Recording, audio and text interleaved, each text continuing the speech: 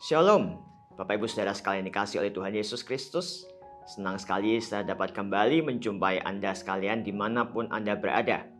Mari kita terus berkomitmen merenungkan kebenaran firman Tuhan melalui renungan hari ini, hari Jumat 26 Agustus 2022. Tema kita hari ini adalah menjadi duta Kristus.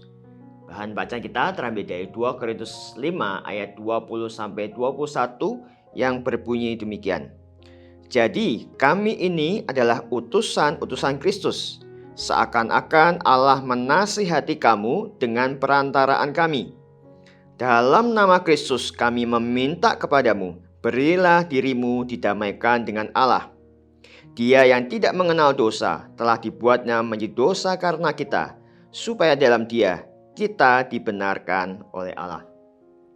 Bapak Ibu Saudara sekalian dikasihi oleh Tuhan, saya yakin sebagian kita sudah tidak asing dengan nama Tantowi Yahya. Ya, dia adalah mantan penyanyi country sekaligus pembawa acara yang cukup terkenal di era 90-an.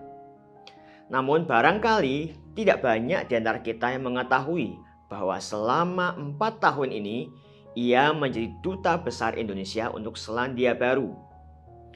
Sebagai duta besar atau ambassador, ia harus tinggal dan menjalankan tugasnya di Kedutaan Besar Republik Indonesia atau KBRI di Selandia Baru.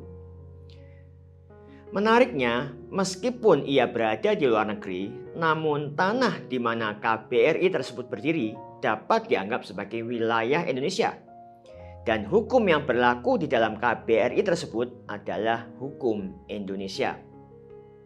Keberadaan seorang Tantowi Yahya di sana juga bukan atas nama pribadi atau kemauannya sendiri, melainkan sebagai utusan pemerintah Indonesia. Oleh karenanya, dalam setiap perkataan, tindak tanduk, program yang ia jalankan, ia membawa corong yang menyuarakan pesan, sikap, pendirian pemerintah Indonesia. Tak ketinggalan, ia pun memperkenalkan budaya Indonesia kepada dunia luar. Dalam hal ini kepada seluruh warga dan pemerintah Selandia Baru. Pertanyaannya, apakah keberadaannya sebagai duta besar di Selandia Baru menjadikannya sebagai warga Selandia Baru? Tentu tidak. Ia tetaplah warga negara Indonesia yang ketika masa jabatannya habis dapat kembali ke Indonesia. Demikian pula Allah menempatkan duta besarnya di dunia melalui kehadiran gereja. Gereja dalam hal ini adalah Anda dan saya adalah orang-orang yang Tuhan panggil dari kegelapan dunia kepada terang Allah yang ajaib. Meskipun masih ada di dunia ini, kita tidak sepatutnya hidup menurut cara-cara dunia yang kompromi dengan dosa.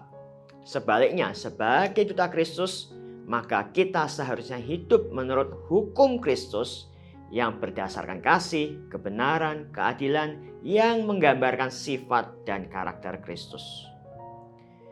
Gereja bukanlah berasal dari dunia, dan gereja juga bukan menjadi milik dunia, melainkan berasal dari Allah dan menjadi milik Allah. Rasul Paulus menyadari keberadaan dirinya sebagai utusan-utusan Kristus atau ambassadors of Christ.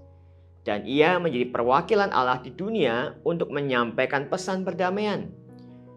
Apa pesannya? Bahwa Allah yang tidak berdosa telah memperdamaikan dirinya dengan dunia yang berdosa ini. Sehingga melaluinya manusia dibenarkan dan diselamatkan. Demikian pula dengan diri kita masing-masing sebagai gereja. Dimanapun Tuhan menempatkan kita saat ini, dalam profesi apapun yang kita kerjakan atau kita tekuni, kita adalah duta besar Allah di dunia ini. Kita bukan berasal dari dunia ini dan kita juga bukan milik dunia ini. Kita berasal dari Allah, kita menjadi milik Allah. Oleh karena Kristus yang sudah menebus kita, dan pada saatnya kita akan kembali kepada Allah. Oleh karenanya, selama kita masih diberi kesempatan untuk menjadi duta besar Allah di dunia ini, mari gunakan mulut, tunjukkan sikap dan perbuatan kita untuk menyampaikan pesan perdamaian dari Allah, sehingga kasih Allah dinyatakan kepada dunia melalui diri kita. Amin.